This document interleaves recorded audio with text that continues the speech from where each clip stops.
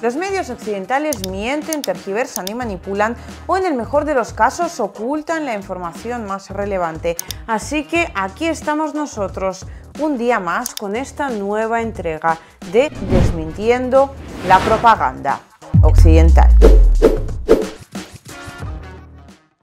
Lo cierto es que esto está siendo una verdadera locura. El conflicto Israel-Palestina básicamente no me deja dormir, lo cual es absolutamente literal. He estado esperando ahora para intentar haceros una especie de informe de última hora y lo cierto es que lo he conseguido, ¿no? Porque es precisamente ahora cuando han llegado las últimas declaraciones del primer ministro de Israel, Benjamin Netanyahu. Vamos a ver qué es lo que ha sucedido en el conflicto hasta ahora y sobre todo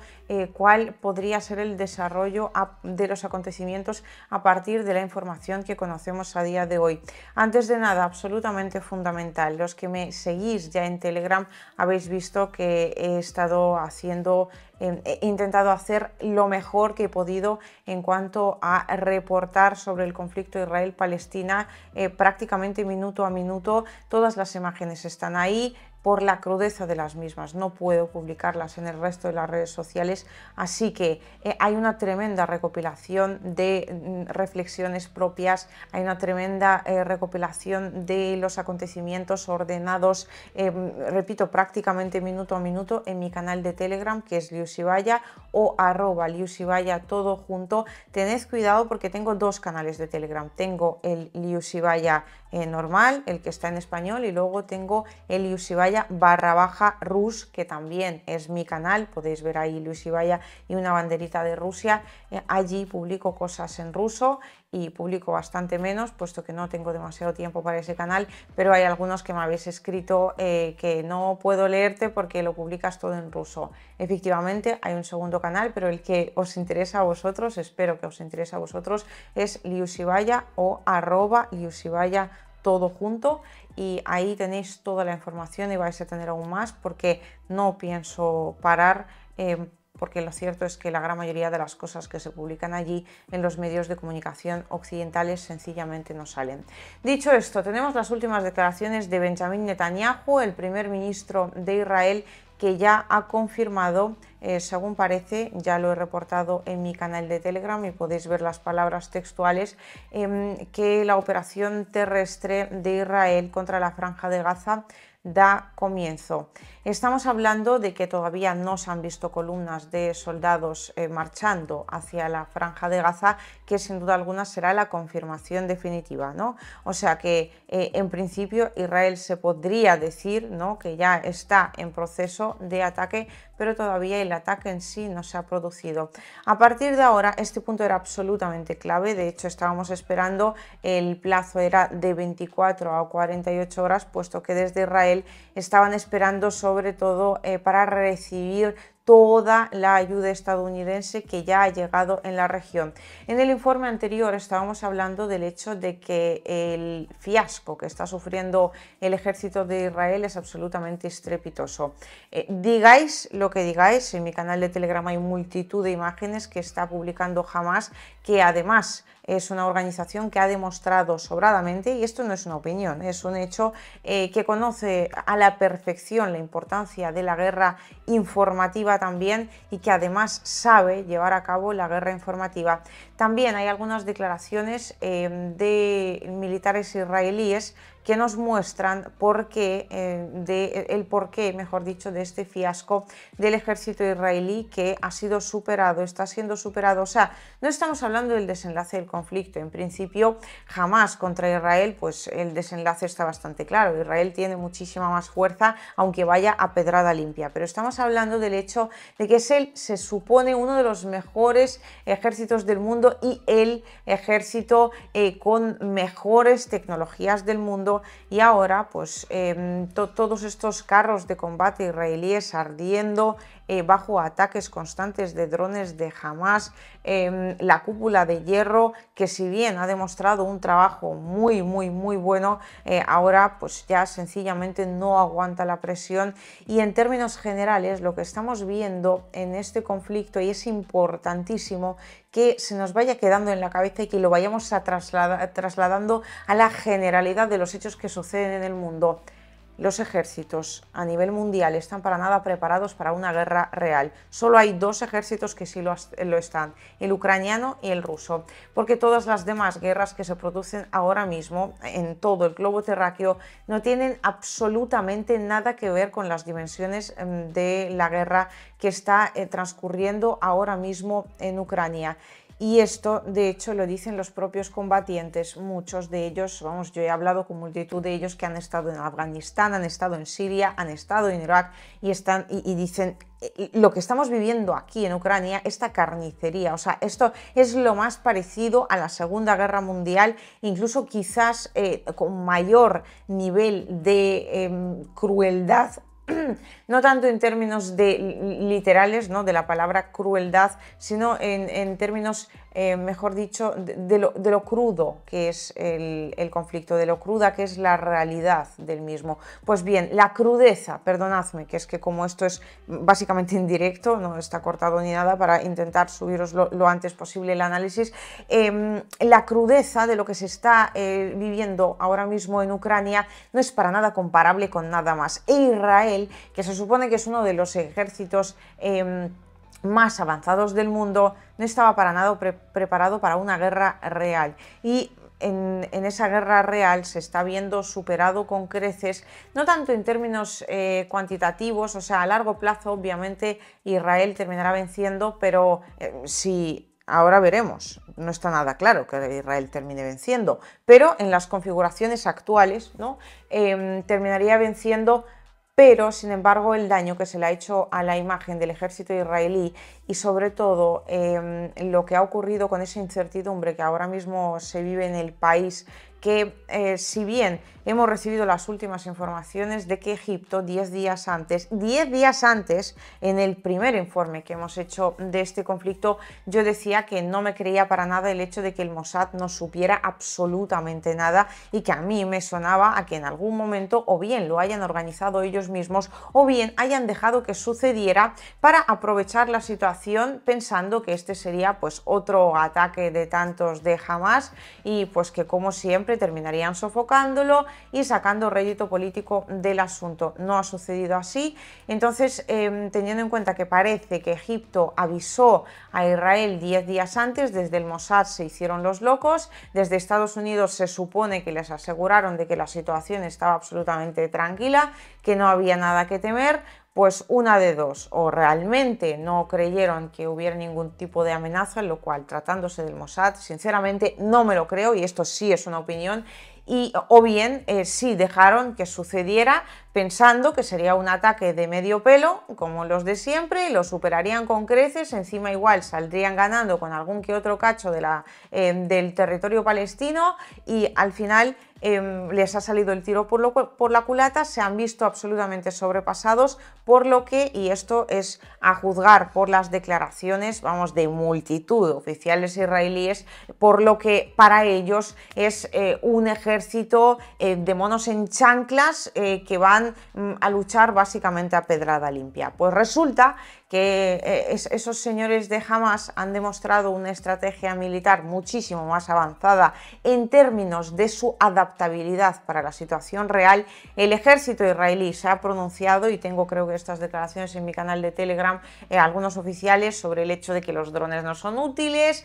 sobre que, bueno, pues es que nosotros tenemos mejores tecnologías, que a esto no se van a atrever, para esto no tienen dinero, en fin, la infinita estupidez de despreciar constantemente al enemigo, que al final les terminó jugando en gran medida muy mala pasada. En los vídeos, de hecho, que publico en mi canal de Telegram, se puede ver cómo en algunos puntos de control los soldados israelíes directamente estaban durmiendo, descansando, a algunos les sacaban a rastras prácticamente en calzoncillos, porque de tantos también enfrentamientos y ataques, pero a muy pequeña escala, ha sucedido como en el famoso cuento del lobo, ¿no?, que decía que viene el lobo, y no venía hasta que vino el lobo y ya nadie se creía que el lobo de verdad estuviera viniendo. Así que pues lo que terminó sucediendo es lo que estamos viviendo a día de hoy. Aparte del daño que se le ha hecho a la imagen de Israel, que ahora mismo va a estar intentando recuperar vía absoluta brutalidad en la Franja de Gaza, ambos bandos aquí han cometido barbaridades por doquier y no pienso situarme en ningún lado porque aquí estamos para analizar los acontecimientos. Yo no soy una político, soy una analista política, que es muy diferente, así que vamos a la parte que nos ocupa. ¿Cómo se van a desarrollar los acontecimientos a partir de ahora y qué es lo que ya ha estado haciendo Israel? Pues bien, para preparar la operación terrestre en cuestión, Israel ha estado allanando terreno con ataques constantes absolutamente bárbaros contra la Franja de Gaza. No tienen justificación alguna, como nunca han tenido justificación los ataques que Israel desde hace muchísimo tiempo ha realizado contra el territorio de la Franja de Gaza, porque aquí parece que sucede como con el tema de Donbass, ¿no? Que la guerra aquí, donde me encuentro a día de hoy, lleva desde el año 2014, pero resulta que en los medios occidentales apareció en el año 2022 y, madre de Dios, Rusia atacó cuando entró a defender a su propia población. Hay ciertas similitudes con esta situación también, porque Israel, o sea, aquí ningún bando es ningún santo, pero vamos, Israel no lo es para nada, ya os lo aseguro, porque llevaba con ataques constantes contra la población civil, mayoritariamente de la Franja de Gaza, desde hace muchísimos años, y de hecho algunas fuentes de Hamas dicen que si no hubieran entrado ahora, Israel en unos días tenía planeado el inicio de una operación terrestre, básicamente la misma operación terrestre contra la Franja de Gaza, solo que bueno, pues ahora los acontecimientos se han desarrollado de forma diferente. Para preparar el ataque terrestre se han llevado a cabo estos absolutamente bárbaros, repito, bombardeos contra la población civil, a la par que se ha llevado a cabo una campaña de deshumanización de la población civil en cuestión. Se le ha privado de agua, de luz, de gas, de todo tipo de bienes de primera necesidad, y en general desde los medios pues ya sabemos qué es lo que sucede cuando en un territorio conviven dos pueblos que se odian a muerte. O sea que ahí también habría que un poco recordar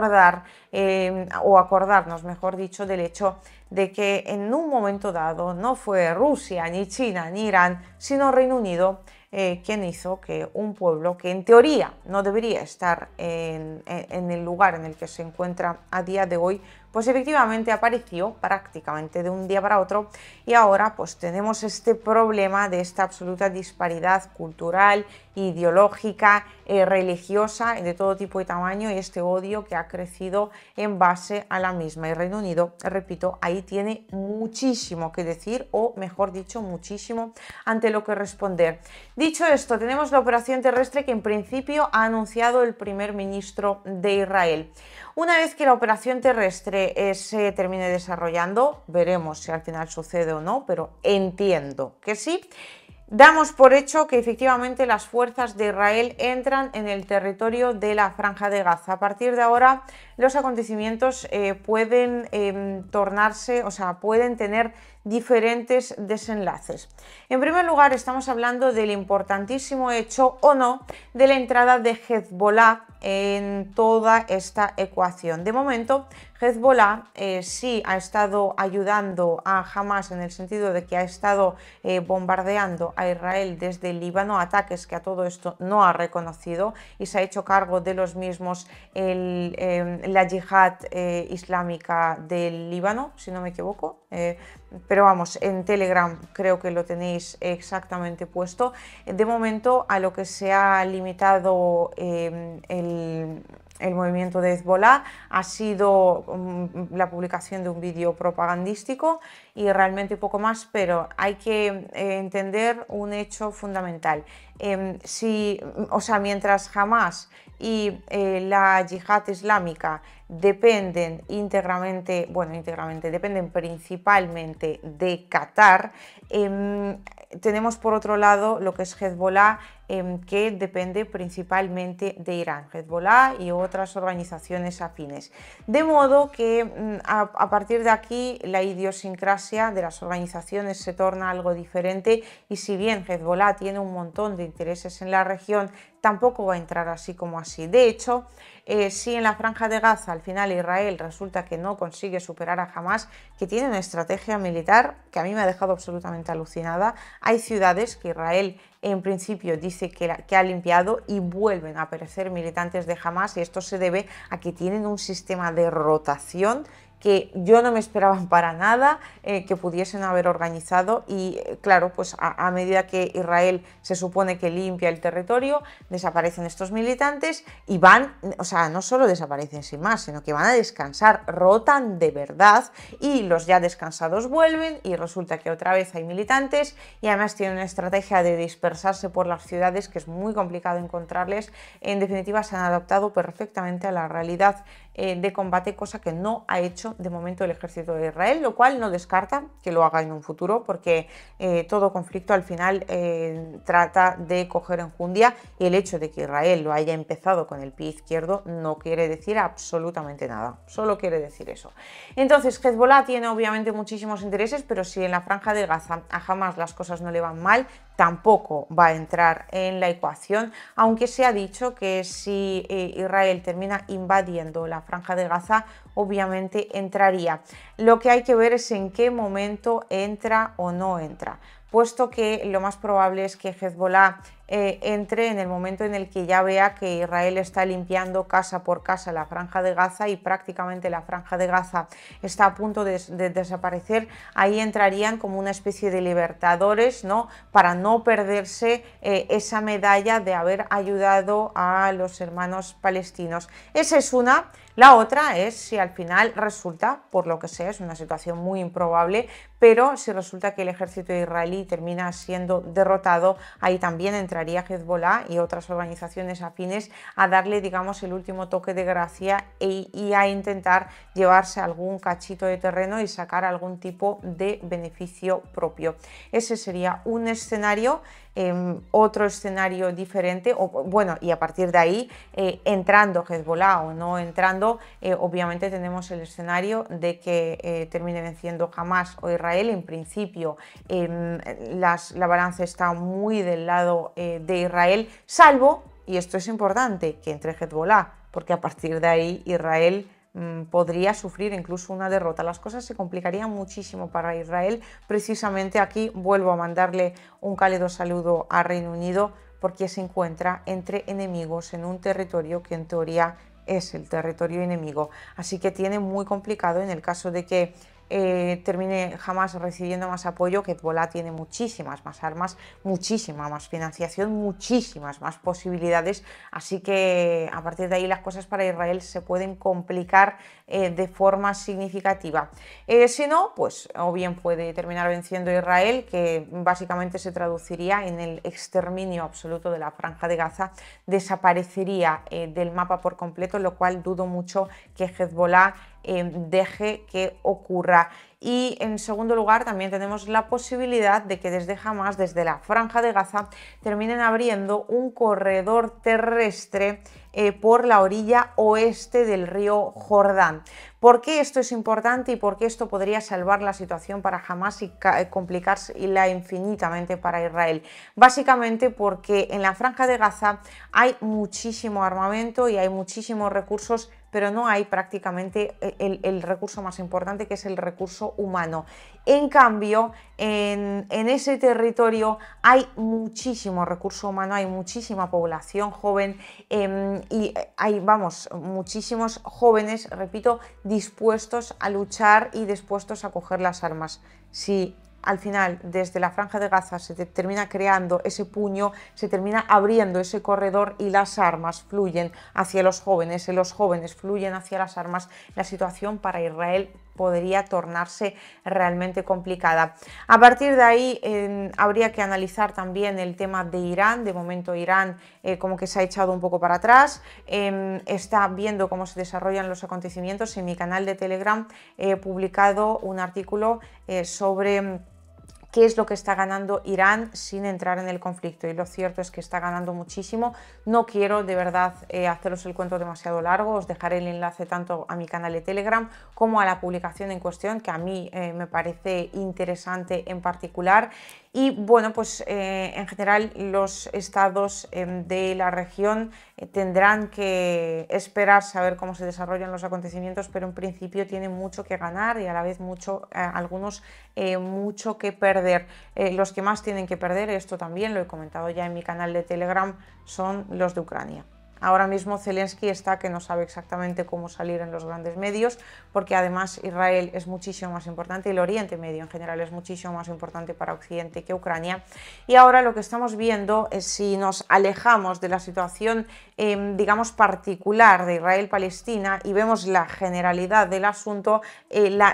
lo amplio del mapa, ¿no? Si lo vemos desde lo lejos y analizamos la situación geopolítica general en la arena internacional, lo que está sucediendo realmente es un reparto de poder puro y duro. O sea, hemos visto ya el tema de Armenia y el tema de Azerbaiyán. Ahí Occidente ha intentado meter cizaña para quitar a Rusia de la región y la gran perjudicada de esto va a ser Rusia y también va a ser Irán. Pero fijaos, Irán muchísimo más que Rusia, vamos, infinitamente más, pero fijaos cómo en la partida geopolítica al final, donde las dan las toman, e Irán, si bien de momento pues no ha confirmado que está detrás o no está detrás, pero definitivamente le beneficia lo que está ocurriendo a día de hoy, o sea, esta situación en el Oriente Medio, bueno, no es que le beneficie en términos definitivos, porque todavía no se ha solucionado, no se ha resuelto, pero ya el hecho de que la situación se esté moviendo y el hecho de que pues esté habiendo esta guerra que desde Irán obviamente consideran guerra santa, ¿no? Por el territorio legítimo de los palestinos, entonces a Irán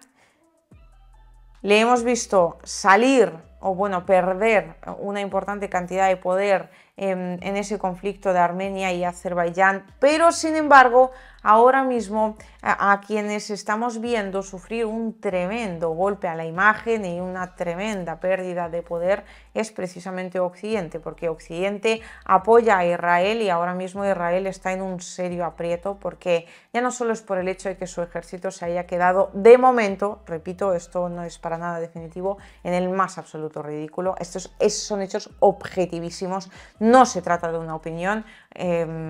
Los militantes de Hamas estaban muchísimo menos preparados, la paliza, sobre todo estratégica, que le están dando a nivel militar al ejército israelí, o sea, ese baño de humildad que le están dando al ejército israelí, bueno, es de órdago. Y eso en un lugar, y luego también tenemos el hecho de que, pues, dependiendo de cómo se desarrollen los acontecimientos, Irán podría ganar bastante más y además todo Occidente ahora tiene que desviar la atención de Ucrania o, mejor dicho, trabajar para dos frentes. Tiene por un lado el frente israelí, tiene por otro lado el frente ucraniano. Hay que coger esos misiles que ya se estaban acabando en Occidente porque, bueno, pues los arsenales se vacían, no se produce al nivel al que se gasta, cada vez hay que enviar más, cada vez se está, cada vez está quedando menos, tampoco se está produciendo tanto, de modo que ahí, pues Irán parece que le está devolviendo, tenga que ver o no con toda esta situación, le está devolviendo el golpe a Occidente que pues él mismo ha sufrido en otros conflictos. Y así lo que estamos viendo en definitiva es esa formación, esa construcción de ese nuevo orden mundial multipolar, y es que cuando todo esto termine de asentarse, cuando el mundo cuando este nuevo orden mundial se termine de construir, os aseguro que muy probablemente no reconozcamos el mundo, o al menos, bueno, no se parecerá en nada al mundo que conocemos a día de hoy.